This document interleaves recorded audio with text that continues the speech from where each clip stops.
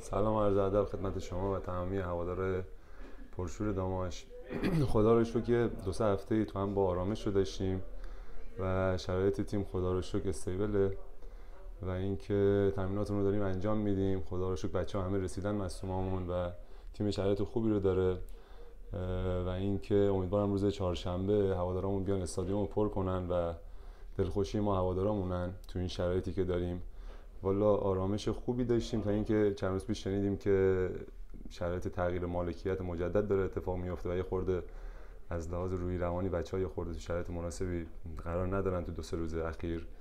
و اینکه با هم دیگه صحبت کردیم کادر فنی و بچه‌ها که پشت هم باشیم برای بازی روز چهارشنبه بتونیم با سه امتیاز از این بیایم بیرون